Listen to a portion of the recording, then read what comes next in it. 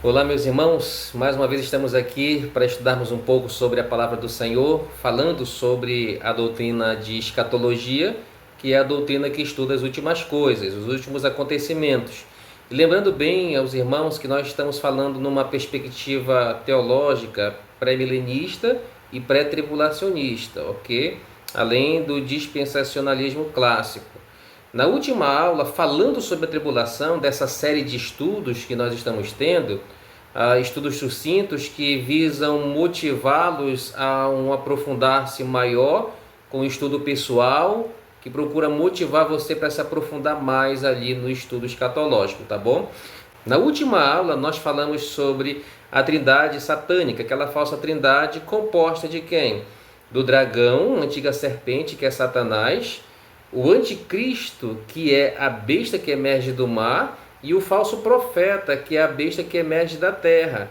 Esse falso profeta, ele tem a função de quê? De dominar uma falsa religião ali que adore e foque no anticristo, tá certo? Então, uma falsa trindade. Nós observamos também na última aula um pouco sobre a questão da marca da besta, que é aquela marca 666, onde as pessoas não vão poder estar ali comprando e vendendo se não tiver aquela marca. E chegamos à conclusão que o crente hoje, a igreja, ela não pode de forma alguma estar preocupada com medo então dessa marca, né? Às vezes a gente fica pensando que é um chip, que é o código de barra, que é uma tatuagem ou coisa parecida. A igreja ela já estará nos céus com o Senhor, tá certo, irmãos? Então falamos alguma coisa sobre essas questões na última aula. Falando um pouquinho do anticristo, a Bíblia fala do anticristo usando vários nomes. Fala dele como sendo homem violento, o homem de pecado, o príncipe que há de vir, Daniel menciona isso, o rei do norte, também fala ali, expresso por Daniel, o angustiador, o filho da perdição, Paulo fala em 2 Tessalonicenses, o iníquo, ainda Paulo falando em 2 Tessalonicenses, o mentiroso, João chama em 1 João capítulo 12, o enganador e o anticristo também. E Apocalipse 13, a besta que emerge do mar, tá certo? A manifestação do anticristo vai se dar justamente no início da tribulação, como já estudamos, após a igreja ser arrebatada deste mundo. Vamos focar hoje, irmãos, na questão das duas testemunhas, tá bom? Quem serão essas duas testemunhas? Qual será a identidade dessas duas testemunhas que vão estar presentes na tribulação, ali ensinado através de Apocalipse capítulo 11, que vai falar sobre essas testemunhas. Quanto à identidade, as pessoas especulam hoje que, uma vez que eles são profetas, a semelhança dos profetas do Antigo Testamento, como Moisés, Elias, Jeremias e João Batista, pegando o novo ali, essas pessoas, irmãos, chegam então a dizer que essas duas testemunhas serão nada mais, nada menos do que Enoque e Elias. Por que eles chegam a essa conclusão? Porque Enoque e Elias não passaram pela morte, pelo menos é o que registra ali Gênesis 5:24 e 2 Reis 2:11, onde Enoque foi levado por Deus, e lá em 2 Reis o profeta Elias foi levado então aos céus também diante de Eliseu. Tá certo? Essas testemunhas, elas têm uma missão. Que missão é essa? Falar verdadeiramente ao povo de Israel, falar ao povo gentio sobre a salvação em Deus. Ou seja, mesmo na tribulação, Deus terá testemunhas pregando ali justamente sobre o seu amor, sobre o perdão, sobre a oportunidade que eles ainda terão de voltar-se para Deus naquela ocasião. E enquanto essas testemunhas não cumprirem a missão dela, ninguém vai poder vencer essas testemunhas. Quando nós olhamos para Apocalipse capítulo 11, o versículo 5, João é bem enfático dizendo o seguinte: se alguém pretende causar-lhes dano, da boca dessas testemunhas sai fogo e devora os inimigos. Sim, se alguém pretender causar-lhes dano, certamente deve morrer. Então veja, serão duas testemunhas anunciando o poder de Deus e demonstrando também ali a autoridade de Deus sobre eles, porque até enquanto não chega o momento deles serem mortos, Deus estará assim preservando a integridade deles através do poder sobre aquelas pessoas que tentarem realmente alguma coisa contra eles. E isso é mais uma prova de que Deus verdadeiramente protege os seus filhos, protege os seus mensageiros. No versículo 6 de Apocalipse diz que essas testemunhas têm autoridade para fechar o céu, para que não chova durante os dias em que profetizarem. Tem autoridade também sobre as águas para transformá-las em sangue, bem como para ferir a terra com todo tipo de flagelos, tantas vezes quanto quiserem. Então observe, essas testemunhas vão fazer sinais, prodígios, e tudo isso vai ser permitido por Deus. Para quê? Para que todos os homens que estiverem na terra ouçam a palavra deles, para que eles não tenham desculpa no dia do juízo. E somente então, quando essas testemunhas acabarem a sua missão, é que elas vão ser mortas pelo anticristo. O versículo 7 diz: quando tiverem então concluído o testemunho que devem dar, a besta que surge do abismo fará guerra contra elas. A besta vencerá e matará as testemunhas. Então veja, elas vão ser mortas pelo anticristo, né, no momento em que concluírem a sua missão. Isso aconteceu com todos os profetas enviados por Deus, inclusive também no dia de hoje. Enquanto eles não concluírem a sua missão, Deus não permite que eles tenham a sua vida ceifada. O próprio Senhor Jesus Cristo é uma testemunha vívida disso tudo.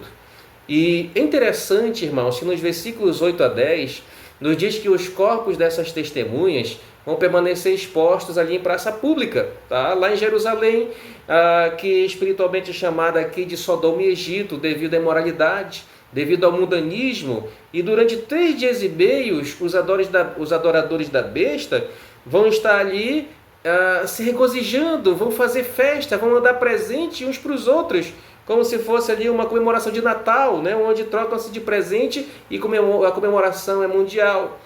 Agora, irmãos, vai acontecer o seguinte: no versículo 10 mostra que as testemunhas vão ressuscitar depois de 3 dias e meio, ou seja, enquanto o mundo está ali festejando a morte delas durante 3 dias e meio, eles vão ressuscitar. Tá? O texto lá de Apocalipse 11:10 diz que o Espírito de vida vindo de Deus vai entrar neles novamente. Eles vão ficar em pé. E isso vai causar temor, no versículo 10 diz, em todos aqueles que estiverem ali testemunhando dessa situação, desse ressuscitar dessas 2 testemunhas. Tá? E é interessante que eles ouvem a voz, né, de Deus subir para cá. Eles sobem ao céu numa nuvem e os seus inimigos ficam contemplando ali.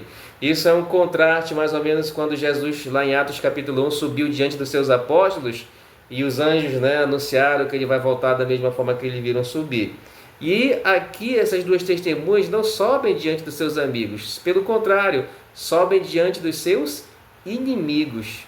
E lá ainda no versículo 13 de Apocalipse 11 diz o quê?